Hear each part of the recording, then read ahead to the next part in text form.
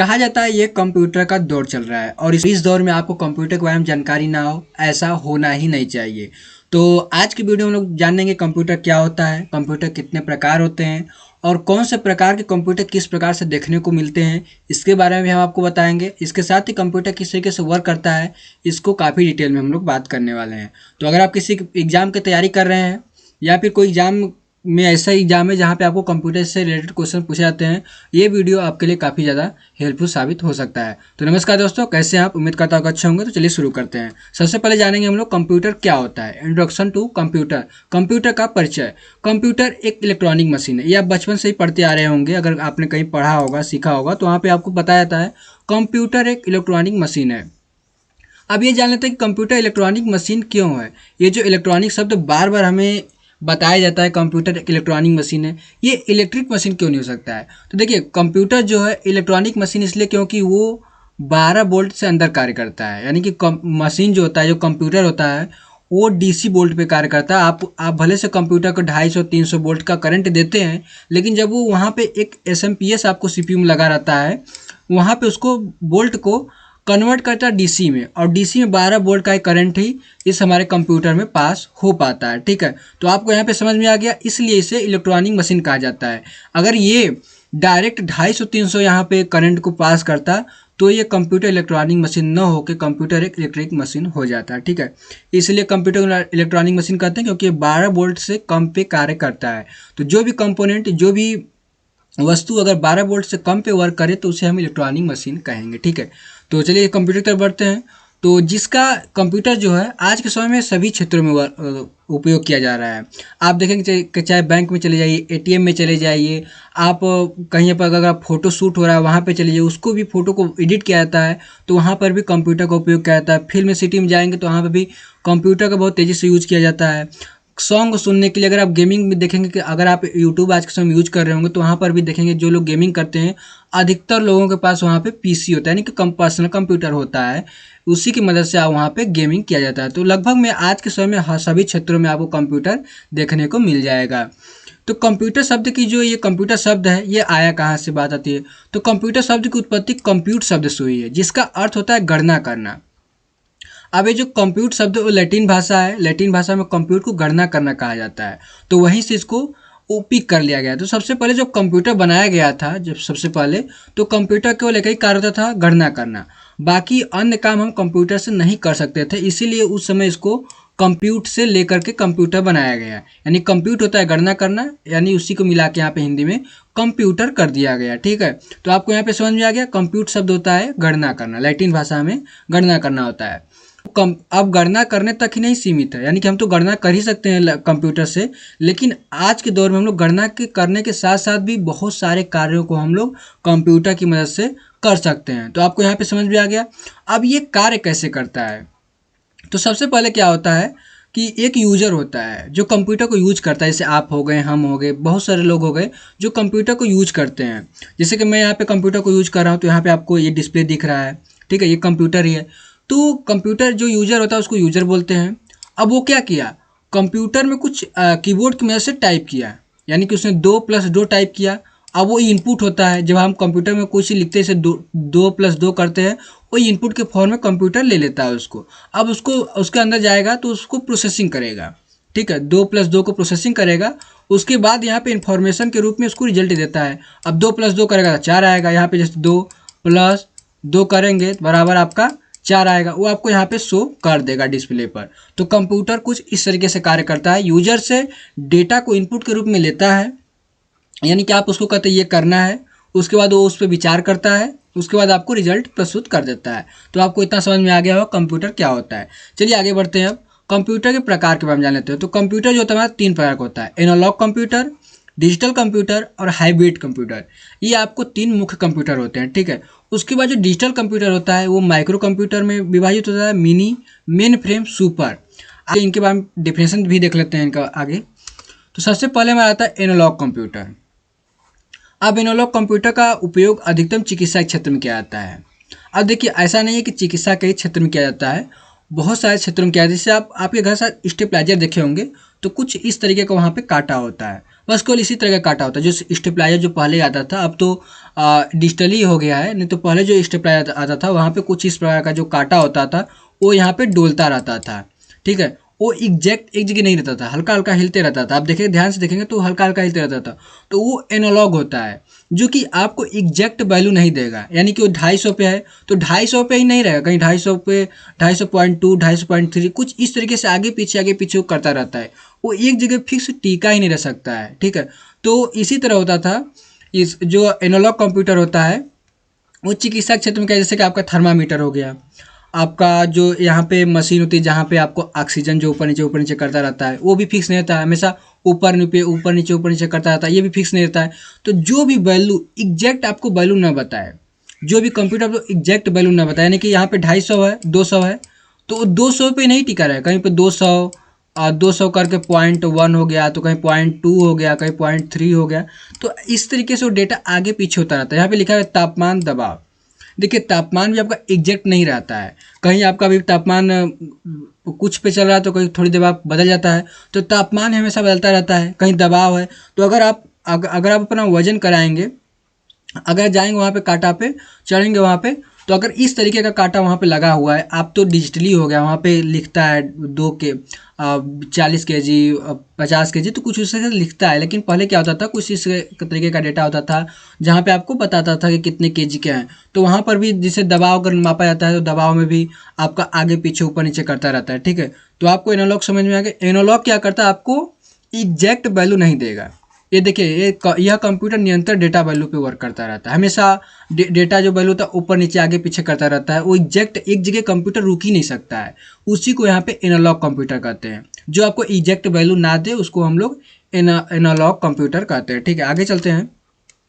यहाँ पे देखिए डिजिटल कंप्यूटर। अब आपके समझ अगर कोई कंप्यूटर हो तो वो डिजिटल ही है। अगर आप एक सिंपल यूज कर रहे हैं तो यहाँ पे आपको कंप्यूटर डिजिटल ही देखने को मिलेगा। यहाँ पे लिखा भी है वर्तमान समय में सबसे अधिक डिजिटल कंप्यूटर का उपयोग किया जाता है। ठीक है, अब इसमें क्या होता है, माइक्रो प्रोसेसर का यूज होता है। यह कंप्यूटर एक सेकंड में लाखों निर्देशों की गणना कर सकता है।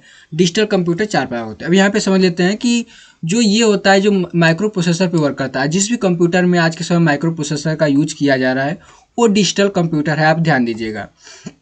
अब डिजिटल कंप्यूटर के प्रकार भी होते हैं, micro, mini, main frame, super. ठीक है, यहाँ पे 4 प्रकार होते हैं। आपको मैंने पहले भी देखा था 4 प्रकार होते हैं। तो डिजिटल कंप्यूटर आपको समझ में आ गया कि डिजिटल कंप्यूटर वो कंप्यूटर होते हैं जहाँ पे आपको माइक्रो प्रोसेसर का यूज किया जाता है। इसमें माइक्रो प्रोसेसर का यूज किया जाता है। ठीक है, हर जो आपको जिस भी चीज़ में जिस भी वस्तु में आपका माइक्रो प्रोसेसर यूज किया जा रहा है वो डिजिटल कंप्यूटर का ही पार्ट है। आपके फ़ोन में माइक्रो प्रोसेसर यूज किया जा रहा है वो डिजिटल कंप्यूटर का ही एक पार्ट है। ठीक है, चलिए बढ़ते हैं, अब इन सभी पार्ट के बारे में डिटेल में जान लेते हैं। सबसे पहले हमारा आता है माइक्रो कंप्यूटर। इसका प्रोसेसर सबसे छोटा होता है।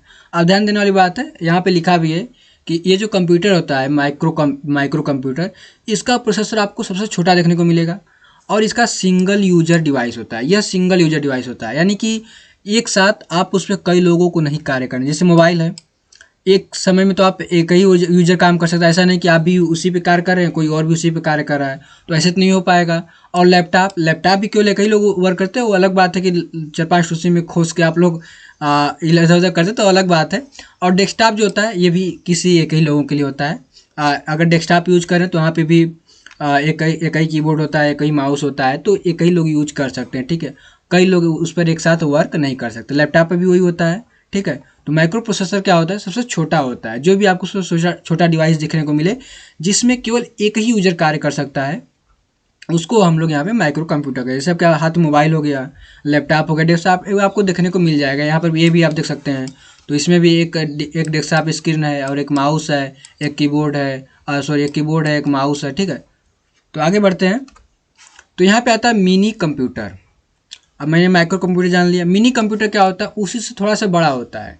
मिनी कंप्यूटर में एक साथ कई लोग कार्य कर सकते हैं। माइक्रो कंप्यूटर में केवल एक ही लोग कार्य कर सकते हैं। माइक्रो कंप्यूटर में कई लोग कार्य कर सकते हैं, एक साथ कई लोग कार्य कर सकते हैं। यहाँ पे लिखा भी है इसका प्रोसेसर माइक्रो कंप्यूटर की तुलना में थोड़ा सा बड़ा होता है। अब ध्यान देने वाली बात है कि माइक्रो कंप्यूटर जो होता है उसका प्रोसेसर सबसे छोटा होता है। माइक्रो, आपको माइक्रो से ही समझ में आ रहा होगा कि माइक्रो किसको बोला जाता है।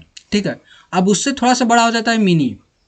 माइक्रो से बड़ा मिनी होता है। तो मिनी कंप्यूटर जो होता है वो मल्टी यूजर के लिए होता है। यानी बिजनेस में अगर आप कहीं जाएंगे जहाँ पे बिजनेस हो रहा है, वहाँ पे एक साथ कई लोग कार्य कर रहे हैं और उनका जो कनेक्शन होता है किसी एक सीपीयू से होता है, और उन सीपीयू उस वो बड़ा सीपीयू होता है जिसमें जिसमें सभी लोग एक साथ जुड़े होते हैं, ठीक है। तो वो क्या होता है, मिनी कंप्यूटर होता है, ठीक है। एक साथ कई लोग उसी पे कार्य कर रहे हैं, मल्टी मल्टी डिवाइस होता है, ठीक है। यह एक मल्टी डिवाइस जिसका उपयोग बिजनेस में होता है।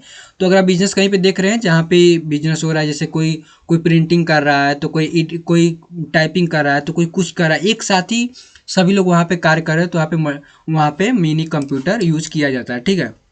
यहाँ पे भी लिखा है मिनी कंप्यूटर मिनी कंप्यूटर एक माध्यम आकार का क्षमता वाला कंप्यूटर जो मुख्यतः छोटे स्थानों छोटे संगठनों के लिए उपयोग किए जाता है, ठीक है। यह तकनीकी कार्यों, डेटा प्रोसेसिंग और संग्रहण के लिए प्रयुक्त होता है और कुछ तकनीकी और व्यावसायिक कार्यों को संचालित करने के लिए किया जाता है। आपको यहाँ पे मैंने जो बताया वही चीज़ें हैं कि अगर छोटा संगठन है, बिजनेस क्या होता है, अगर बड़ा बिजनेस है तो वहाँ पे कोई और कंप्यूटर यूज हो जाएगा, लेकिन यहाँ पे छोटा होलसेल का उसका बिजनेस है, और वहाँ पे अगर किसान है, गेहूँ चावल बड़ा बड़ा उसका गोदाम है जहाँ पे वो सेल करता है, तो वहाँ पे वो अगर एक साथ कई लोग कार्य करें तो वहाँ पे आपका माइक्रो मिनी कंप्यूटर देखने को मिल जाएगा, ठीक है।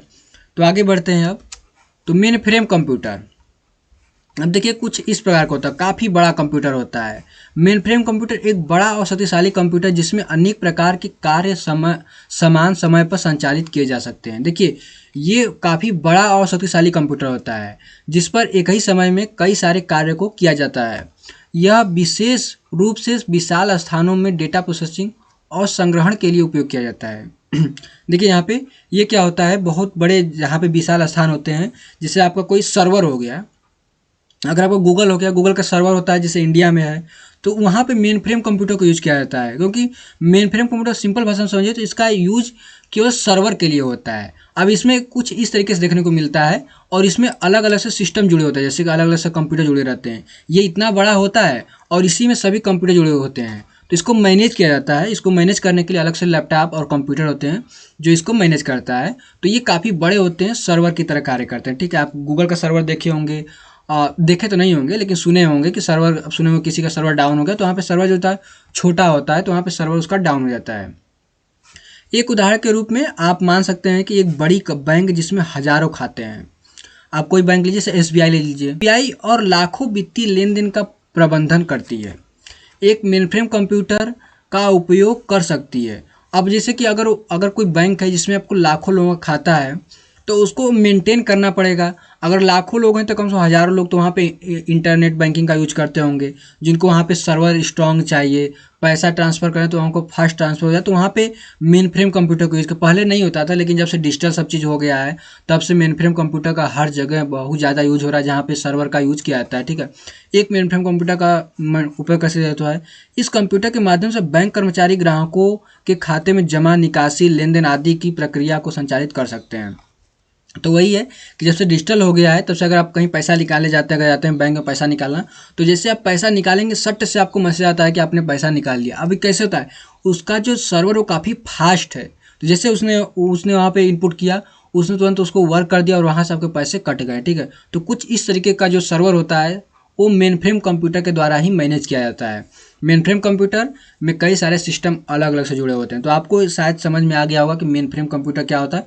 मेन फ्रेम कंप्यूटर का सिंपल सा डेफिनेशन होता है, ये सर्वर होता है।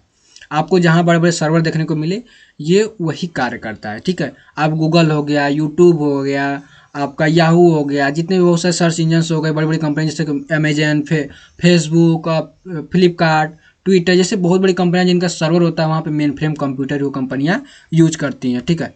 अब आगे आते हैं सुपर कंप्यूटर।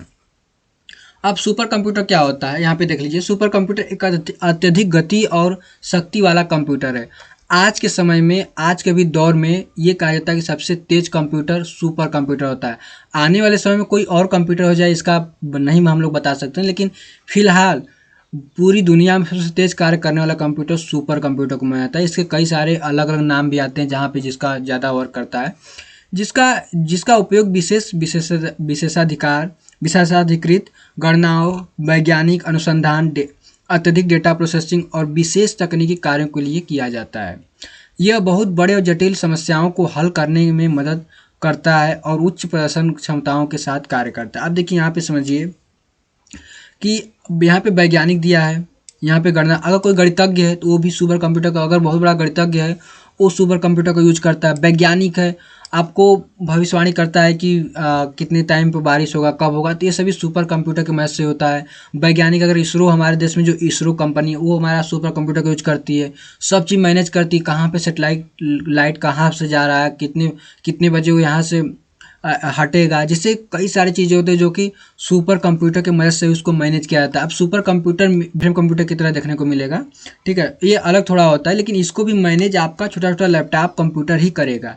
लेकिन एक बहुत बड़ा घर है, उसमें वो आपको सुपर कंप्यूटर है, तो उसको मैनेज करने के लिए ऐसा नहीं किसी में स्क्रीन लगा रहता है, भारी सा आपका स्क्रीन लगा रहेगा जिसको आप हाथों से टच करके मैनेज कर लेंगे, नहीं, ऐसा नहीं। तो हाँ, आपको देखने के लिए लगा रह सकता है स्क्रीन, लेकिन इसको भी छोटे छोटे जो कंप्यूटर्स होते हैं, हम लैपटॉप्स होते हैं, उन्हीं के द्वारा ही इसको भी मैनेज किया जाता है। ऐसा नहीं कि आपको उसी में कीबोर्ड सब चीज़ लगा रहेगा, वो अलग से टाइप कर, नहीं, उसका भी कई सारे जो वर्कर्स होते हैं उसको मैनेज करता है, ठीक है। यहाँ पे हो गया, यह सुपर कंप्यूटर विशेष तकनीकी मॉडलिंग का उपयोग करके मौसम पूर्वानुमानों, जलवायु पूर्वानुमानों की गणना करता है। आपको मैंने वही बताया, वैज्ञानिक लोग अगर वर्क कर रहे हैं वहाँ पे, तो आपको मौसम का आने वाला और मौसम की आने वाली परिस्थिति क्या रहेगी ये सब बताते हैं। यह वैज्ञानिक को विभिन्न प्रकार के मौसम परिस्थितियों, जैसे कि आपको मौसम बताया गया, जैसे कि आपका यहाँ पे बर्फबारी, तूफान, बारिश आदि के लिए तथ्यात्मक और उच्च स्तरीय पूर्वानुमान प्रदान करने में मदद करता है। इसके माध्यम से वैज्ञानिक अध्ययनों, विशेषाधिकृत गणनाओं और जलवायु परिवर्तन की अनुमानित प्रक्रियाओं की मदद मिलती है, ठीक है। तो वही चीज़ें हैं, सेम चीज़ें हैं। आपको सुपर कंप्यूटर के बारे में पता चला, सुपर कंप्यूटर क्या होता है। सुपर कंप्यूटर एक बहुत भारी कंप्यूटर होता है, और जैसे कि आपका एक बहुत भारी रूम हो गया, कुछ कुछ प्रकार का सुपर कंप्यूटर होता है जिसमें आपका बहुत सारे डेटा आप स्टोर कर सकते हैं। ये सबसे ज़्यादा डेटा को स्टोर कर सकता है, जिससे बहुत चीज़ें होती हैं। तो एक कर सकते आगे बढ़ते हैं अब। तो हमारा सबसे लास्ट में आता है हाइब्रिड कंप्यूटर। अभी हाइब्रिड कंप्यूटर क्या होता है इसके बारे में जान लेते हैं। तो हाइब्रिड कंप्यूटर होता है डिजिटल कंप्यूटर और एनालॉग कंप्यूटर दोनों का मिश्रण होता है, ठीक है। यह कंप्यूटर जादू ट्रिक्स की तरह अधिक डिजिटल गणना को नियंत्रित करने में मदद कर सकता है, और समय के साथ बढ़ते डेटा और एनालॉग संगणना के साथ संबोधित करने में भी उपयुक्त होता है। यह वैज्ञानिक, इंजीनियर और अन्य क्षेत्रों में विशेष गणनाओं को समाधान करने में मदद मिलती है। तो अगर आज के समय में अगर आप कहीं हॉस्पिटल, बड़े हॉस्पिटल में जाते हैं तो कुछ इस प्रकार का डेटा आपको देखने को मिलता है। तो जो यहाँ पे है, जो ये आपका यहाँ पे दिख रहा है, ठीक है, ऊपर जहाँ पे आपको वैल्यू कोई लिखी नहीं, केवल आपको ऐसे ऐसे लाइनिंग दिख रही है, ये आपका एनालॉग कंप्यूटर है। अब ये जो अलग है, ये इसका यहाँ पे दिख रहा है, ये जो है यहाँ पे दिख रहा है, ये जो है यहाँ पे दिख रहा है। अब ये अलग अलग, तो कोई सांस को माप रहा है, कोई बीपी को माप रहा है, कोई ब्लड प्रेशर को माप रहा है, तो ये सॉरी बीपी और ब्लड प्रेशर की होता है, तो कोई कुछ अधिक चीज़ों को माप रहा है, कोई धड़कन को माप रहा है, तो जो अलग अलग चीज़ें होती हैं यहाँ पे माप रहा है और यहाँ पे लिख रहा है। तो यहाँ पे क्या हो गया, ये एनालॉग कंप्यूटर हो गया, ये डिजिटल कंप्यूटर हो गया, और दोनों जब मिल गए तो यहाँ पे हाइब्रिड कंप्यूटर हो गया। तो आपको समझ में आ गया हाइब्रिड कंप्यूटर क्या होता है। हाइब्रिड कंप्यूटर एनालॉग कंप्यूटर और डिजिटल कंप्यूटर दोनों का मिश्रण होता है। तो आज की वीडियो में आपको समझ में आएगा कि कंप्यूटर क्या होता है, कंप्यूटर कितने पार्ट होते हैं, और कंप्यूटर का हम लोग क्यों उपयोग करते हैं। तो मिलते हैं कंप्यूटर के नेक्स्ट पार्ट में, तब तक के लिए आपका बहुत बहुत धन्यवाद।